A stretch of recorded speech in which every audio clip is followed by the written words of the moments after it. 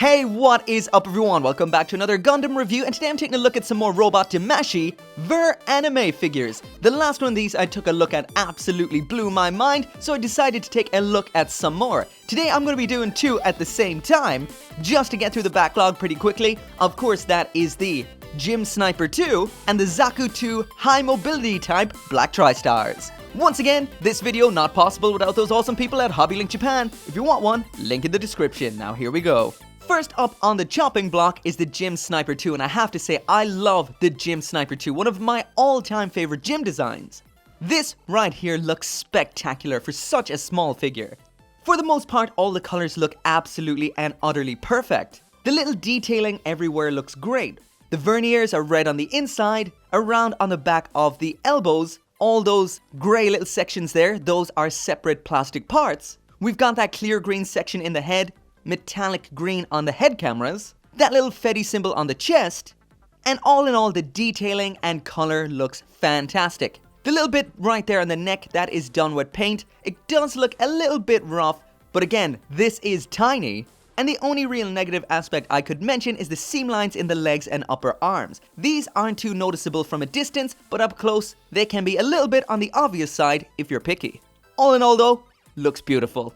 Oh yeah, also, why does Bandai do this? Seriously, that's weird placement. Put it on the bottom of the foot or something. Not here.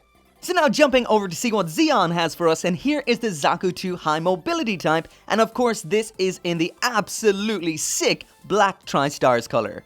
Once again, the detailing on here is ridiculously nice. We do have a couple of little decals around the place, which is nice. These are mainly just on the lower ends of the limbs. That's the shin as well as the forearms, so it doesn't go OTT like some fixed figurations might, or anything in general that Katoki touches. Some people might like that, but these are meant to look like they look in the anime, and in the anime, they don't have all that stuff. The mono eye up there looking great in metallic pink. The tiny detailing on here, especially the red details, looks so good. The inside of the verniers, once again, are color accurate and painted. Even more awesomely painted red sections on here. Another decal up here on the shield, and compared to the gym, I will mention that I cannot spot one negative thing whatsoever to mention about this. No seams, no rough paint. This thing right here is sheer perfection.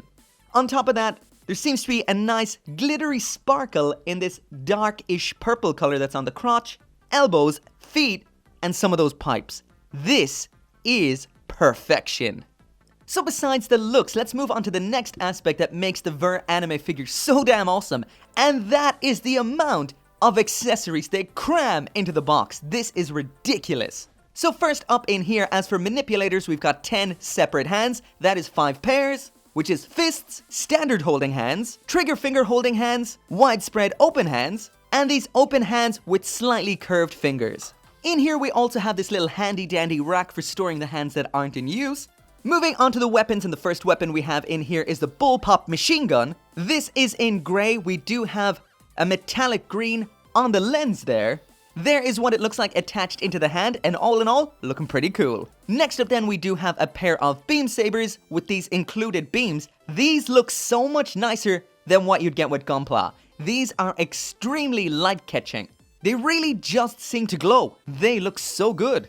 On top of that, we also have this large curved beam effect. Of course, this is for slashing poses, and this is pretty cool. Of course, with gunpla, you can bend your beam sabers by heating them up, but you'll never get them flat and awesome like this right here. Next up in here, and what makes the Gym Sniper 2 a sniper, and that of course is the rifle. This is in 2 separate colors. That is that militaristic green, the gray, and one cool aspect here is that the lens on this as well, the sight I should say, is in clear green in the center, and that light pipes through from the other side. So that clear green piece goes all the way through. Pretty cool. There is what it looks like once it's in its hands, looking great. And if that wasn't cool enough, we also have a beam effect in here which makes it look like it's popping off a couple of shots. Once again, these little extras make this so damn cool. Next up then is the shield. This just slots into the hand like so. There's also these 2 little storage sections up on the top. These can be used with the bullpup machine gun. When not in use, these beam sabers can be slotted onto these little sections here around the butt flap. And if that wasn't enough, we also have a whole host of adapters in here for doing a bunch of different things. First up with the shield, if you don't like this little handle here, you can pop that out and use Shield Joint A. This attaches with a ball joint into the shield and just slots onto the arm like so for a very secure hold. The next option in here then is Shield Joint B. Once again, attaches into the shield via a ball joint, and this then can attach up here onto the backpack. Next up then we've got the rifle mount joint. This of course attaches into the rifle, just in here under the scope. As for attachment points on the mecha itself, we just flip open this little flap on the butt flap and it can be stored on the butt flap just like so. And this can also be attached just like this up onto the backpack. So once again, there are tons of storage options. And speaking of which, we also have a bazooka use joint in here, but this figure does not come with a bazooka, so this is either sold separately or comes with a different Ver.Anime figure. Next up then, and another staple of these Ver.Anime figures, are these epic little beam effects. These right here can attach either into the backs of the legs like so, you only get 2 in this box, so that won't be enough for every joint, but of course these do come in other boxes as well. So once again, these can attach onto the back of the legs or into the verniers in the backpack. As you can see, any of these tiny little holes means that they can be attached into them. So of course there is 8 different holes on the back of this figure, there is only 2 beam effects, so you're gonna have to choose 2 out of those 8. Either way, these look so damn good and so dynamic. Did I say 8? I meant 12. There's 2 in the feet as well. Last up in here then we get this little sheet of stickers. Of course, we've got 1 through 9 if you want to make a squad and number the units, followed by this tiny little TH. I almost forgot it because it is so small. There is a second antenna included in here in case you break the original. Again, a very, very thoughtful idea. This is coming from someone who breaks everything, so this is great. Next up then, and not to be outdone by the Federation, this Zeon figure is definitely bringing the heat. Once again, another box packed, absolutely packed, full of stuff. So in the box we get 5 pairs of hands and 1 more. So what we do get is a pair of standard fists, a pair of standard holding hands, some trigger finger holding hands, widespread open hands, and some relaxed widespread open hands. On top of that, we've got 1 more widespread hand with a peg in the palm. This one is for using specifically with the bazooka, which we'll take a look at later. Once again, we do have a rack for storing the hands when they're not in use. And if this wasn't awesome enough already, this is compatible with the one we saw with the gym sniper, and I assume with other Ver.Anime figures, so they can attach all together, so you can keep all your hands all together in one place. Again, a lot of thought was put into these figures. A lot of thought. Moving now into the Zaku's weapons, and we have the Zaku machine gun. This looks really damn nice. Once again, metallic paint there on the lens. The handle at the front can swing side to side. The magazine on top can be detached and stored on the butt flap, but I will mention there isn't a second magazine in here, so if you have this detached and put on the butt flap, well, there's nothing on the machine gun. Next up then is the bazooka, looking great, and ouch, this is the first place I've seen that old crummy robot spirits quality. So there is a nub mark right here on mine on both sides of this part connecting the scope. Of course, this is something you can fairly easily clean up yourself, but with a figure, you shouldn't have to. Besides that though, we do have more metallic paint there on the scope's side. Just a little bit on the front of the bazooka can swing forward and back. The foregrip as well as the scope can rotate. This little section up on top that can pop off, and that is for using with that hand I mentioned earlier on. The little peg of the hand can connect into that. And when not in use, this can be attached round on the butt flap using this big ol' adapter right here. Next up then we've got the Heat Hawk, or should I say 2 different variants of the Heat Hawk. We've got the shorter inactive version, that's for displaying it stored on the side skirting. And then we've got the longer active one for holding in the hands. It is worth mentioning that the business end of this isn't an effect part. It's not clear, it's just metallic paint. So that does look a little bit on the flaccid side. Next up then, if you feel like giving your Zaku a promotion, you can just pop off this standard head section, throw on this one here with the blade antenna. However, I will mention that my one right here did come a little bit warped in the box. Once again, an easy fix. You just need to put this in some warm water for a while, straighten it out, let it cool down, and it should be fine. But once again, I don't like seeing things come out of a box imperfect. And it's also fairly typical that this particular figure doesn't come with a spare antenna. Typical. So earlier on when I said this Zaku brings the heat, I mean literally brings the heat. Look at all these flame effect parts. So just like we saw with the gym, these slot into the little sections in the verniers and on the bottom of the feet. This particular figure does have 12 holes for attaching these into. It does come with a massive total of 10, so it is going to have 2 lonely holes. All in all though, this looks ridiculous and very, very fitting for the high mobility Zaku. Awesome. Last up then in the box, we've got these stickers for customizing the figure. Once again, these are numbers for units, as well as a couple of different decals. All in all, these are just stickers. They're not really all that great, but it is pretty cool to have that option. There is one stuck on just to see what it will look like. And honestly, if the looks and accessories weren't enough, that is not all that is awesome about these figures. We're going to move on to the articulation and posability, and these things bring that to an extremely different, awesome level. So first up, once again, is the Gym Sniper 2. At the head, we've got that opening and closing visor. So first off, there's the head all the way down, and when we're going to bring it all the way up, just look at that there at the back. This little segment allows the head to raise up like that, giving you that awesome upward angle. That is brilliant. However, we don't have any side-to-side pivot on here. There's the spin all the way around. The engineering on these things is absolutely nuts. We also have this little push in at the shoulders, and when those do push in, that central section of the chest pops out a bit. So cool. At the shoulder then, there is the arm all the way up. That is incredible. So much going on in there. There it is all the way down one more time. Shoulder can move a little bit independently to that. Can move down like so. Full rotation there. Full rotation at the upper arm. When it comes to the bend at the elbow, we've got another one of those awesomely engineered joints. That goes in like this. And then that whole section in there slots in even further for that full bend at the elbow. The wrist is your standard ball and socket joint. The ball is in the forearm. The socket then, of course, is in the hand. But we also have this right here as well. The ab crunch here swings all the way forward and back like so. So that is pretty damn nice, especially to the back. However, we've got absolutely nothing for the side to side there. There is the rotation at the waist. Front skirt there all the way up. That is a ball and socket. There is the side skirt. There is as far as that goes up there. We do have some back and forward rotation, not a lot. This right here is a basic non-moving butt flap. We do have this drop down section. Sadly, I will mention at the waist here, this is a ball and socket. The armor blocking a lot of that.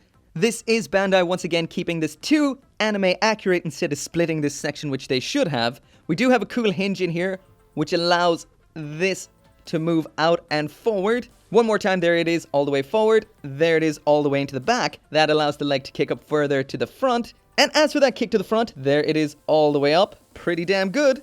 Of course, that is blocked out to the back because of the basic butt flap. Pretty basic splits here because of that ball and socket hip joint. We have a double jointed bend at the knee here, so that's 1 and 2. Pretty nice. Also, they did put a lot of effort into keeping that knee looking good while bent.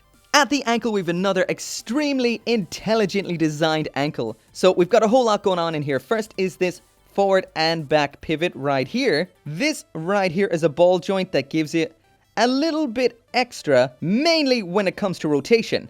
This little armor section can move up and down, and I do have a gripe with this. This is attached onto the inner section here, not onto the outside section, as you can see there. And I wish this was the other way around. Because although you do get a very nice pivot inwards like this, you get this extreme pivot outwards, which should be towards the inside for those wide-legged, spread leg poses.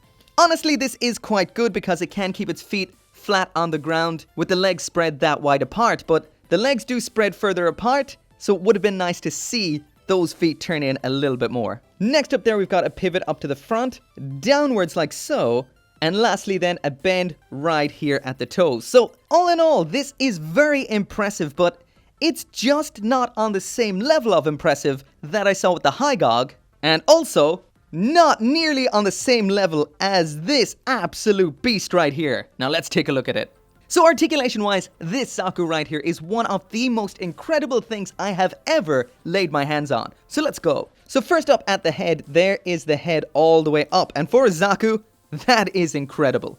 As well as that joint that allowed me to raise that up, we have another one which allows it to tilt up and down at that point. So once again, there is the head all the way up. There it is looking all the way down. We do have that absolute... Oh, balls. We do have that full 360-degree spin. In the shoulder here, we do have a double joint allowing it to move forward. That's one here, one there. So that's 1 and 2. As for the arms, there is that one all the way up, a little bit blocked. This one here, a little bit different, so that means you can get a little bit more out of that with the shield flipped to the front. Full rotation there. Not just one point of full rotation here, we've got another one just below the elbow joint. Right there is that bend at the elbow. Third point of rotation right here, just below the wrist. And the wrist right here is a ball and socket with a little bit of articulation in it right there. So depending on the way the hand is pointing, you can get inward and outward flexion or a side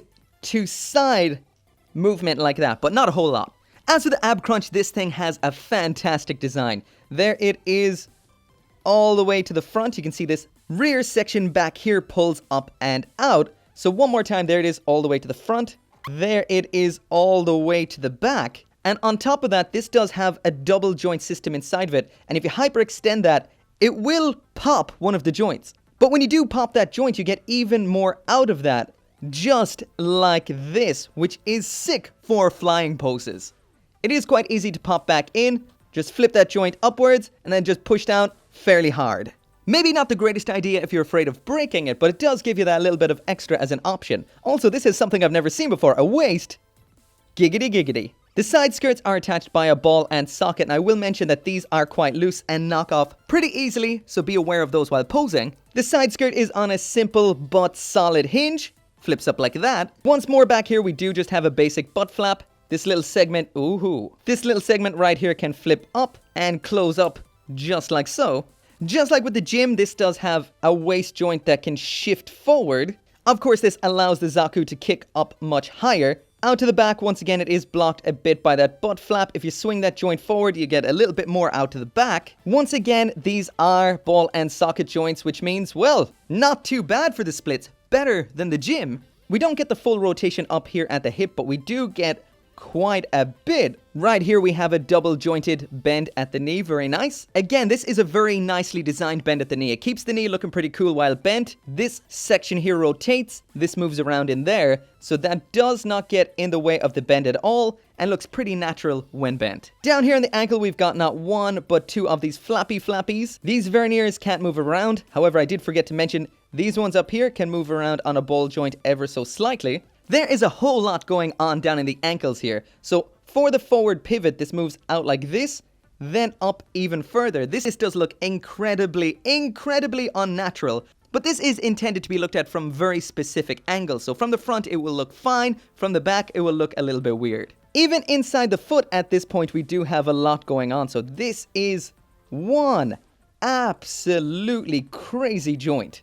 If we check the actual functional movement on this is him just standing there. This can move all the way down like so. There it is all the way back. There it is towards the rear. And then there it is side to side. So this is a great joint. Last up then, and keeping this absolutely and utterly awesome, this little section at the toe can pop out like this, giving you that bend at the toe. It's not a huge bend, but it is a bend. So all in all, the A.N.I.M.E high mobility Zaku, and I assume the standard Zaku as well, has the best articulation I've ever seen in a Gundam action figure. Hands down. So that is it for the review of the Robot Damashii A.N.I.M.E Gym Sniper 2 and the high mobility Zaku Black Tri Stars. All in all, these things blow my mind. The gym is absolutely awesome, but the Zaku is something else entirely. One of the best Gundam action figures I have ever laid my hands on. These things do it all. They look absolutely fantastic, they come with a ridiculous amount of accessories, and on top of that, the articulation and engineering in them is insane. The only down point, which isn't necessarily a down point, is if you do want the full line of effect parts, you will need to buy other figures. In itself, it would be nice to get everything in the box, but of course that would make it more expensive than they already are, and they are quite pricey. However, it does give you an absolutely excellent reason to go out and buy more. But anyway, all in all, I have to say these figures are highly recommended from me.